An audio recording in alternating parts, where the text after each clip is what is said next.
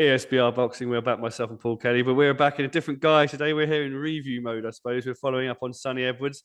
What's next for Sonny Edwards in many ways after his victory over Adrian Curiel the weekend. Paul, thank you very much for joining me. Obviously, after you've given a sort of sentence on how you're doing, obviously, I hope you're well, and hopefully you let the viewers know that you are indeed well.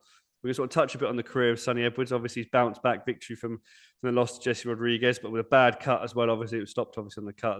It was ahead obviously at the time that the doctor waved it off in that respect. So we'll touch a bit on what's next for Sonny. I suppose the first question I want to ask you though, really, and I think we'll look to maybe focus predominantly on flyweight. I think that's fair to say in this time here, because obviously we're very campaigning down there.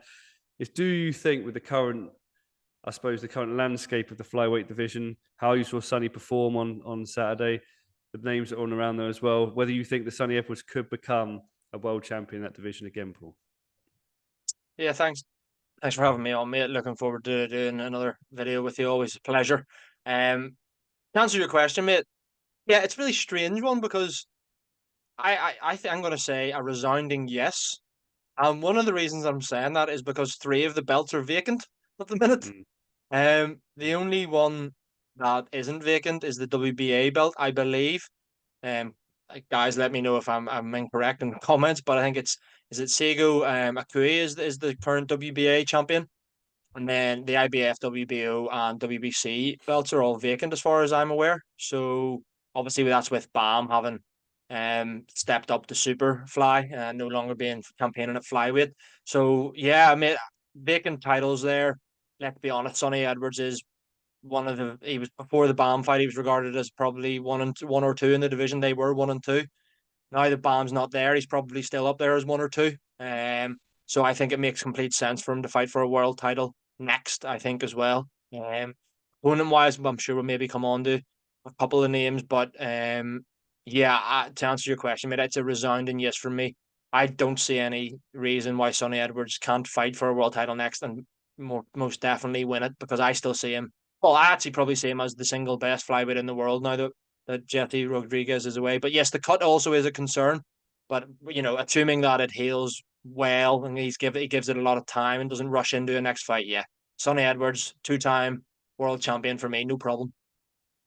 Yeah, no, I have to say I actually I agree with you. I think it is like you say, it's a crazy sort of situation down in that division where obviously all the belts being three of the belts being vacant, and obviously you did a great job of trying to pronounce the other champion, Seigo Akiri, that's how that's pronounced. But where let's just take, I suppose, a look at that at Sonny Evans. Were he to fight for that belt next, rather than even say for a vacant title, which is obviously a definite possibility, but were he to fight for that WBA World Flyweight title, you look at Akiri, got 20 wins, 2 losses, 1 draw, 11 KOs, not necessarily the biggest puncher either. Down, having fought pretty much every single fight. I think he's fought every single fight in Japan as well. So it's kind of not necessarily known to an audience outside of that. But was that a fight that you'd back Sonny Edwards at this stage of his career to come through that? Do you reckon Sonny Edwards would win there? And I suppose we'd like maybe after that I'll ping some other names in the division at you and see how you're feeling on those. But if you just give us an insight into how you actually see him faring up against an actual world champion at this stage. Yeah, mate, I think we're not going to sit here and say I'm any expert on the coup. I've seen clips, let's say, but just knowing what I know about Sonny Edwards and his style, and when he's at his best, it's his style's phenomenal. Like, he's very difficult to hit, very difficult to pinpoint, always on the move. Yes, doesn't have knockout power. If he's going to beat you, he's going to beat you on points. But he can. We've seen him bamboozle so many top level fighters in the past.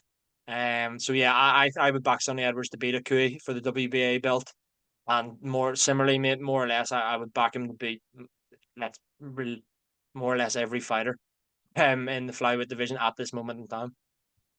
Yeah. I'm going to ask one more name, Paul. This is a name that has recently, one of your favourite subjects, has recently popped dirty for drugs.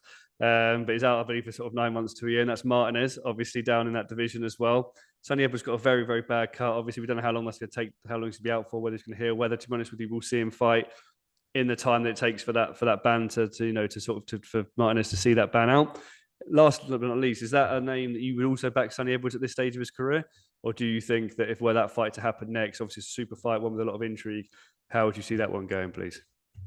Yeah, mate, I it's obviously not going to happen for a long time if it was to happen with Martinez popping hot for steroids for what 9 months to a year. He's going to be banned.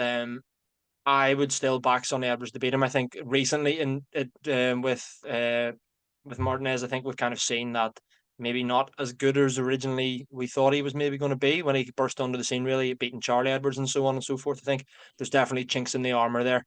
And I think Sonny Edwards would frustrate him with his style and everything. But just, you know what, I'm going to throw a curveball at you just before we finish up. Galal Yafai, what about that? What about that fight? All British. It's being kind of talked about, rumored, both matchroom fighters.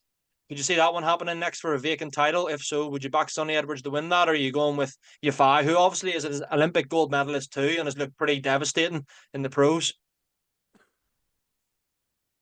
Really, have you backed me up there, Paul? You backed me on the ropes there. I think, I mean, given the lack of, I suppose, the lack of fights for Galal Yafai in comparison to Sonny Edwards, maybe the lack of experience there, I probably would still back Sonny. But I think that's a hell of a fight, frankly. What is Galal Yafai, 31? So still, like, obviously young down there in the weight as well. So I think southpaw fighter as well could give him problems. I'd still have to back Sonny just on style. But equally, I think that's actually a closer fight than a lot of people are estimating. I think also Sonny Edwards, to be fair, I like Sonny Edwards. I think he's one of the best fighters we've got in Britain, especially. But if you look at the record of the fighters he's fought, there's not many names that are really big standout names on that record. To be perfectly honest with you, I think he's missed. We said it on this channel before. I think he missed the sort of stepping stone fights before he even went into the Bam Rodriguez fights. By stepping stone, I mean they're like like Quadras, people of that sort of name that those other names have on their record.